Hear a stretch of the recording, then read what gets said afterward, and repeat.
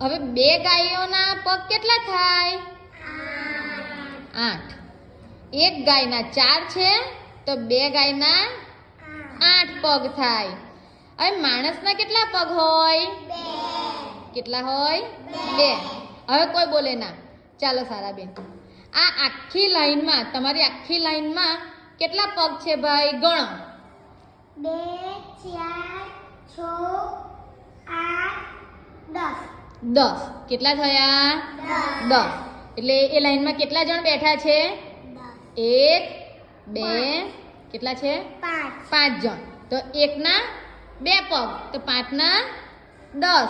આપણી રૂમમાં કેટલા પંખા છે ભાઈ? 4. કેટલા છે? એક પંખાને પાંખો કેટલી છે? 3.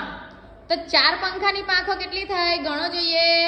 1 2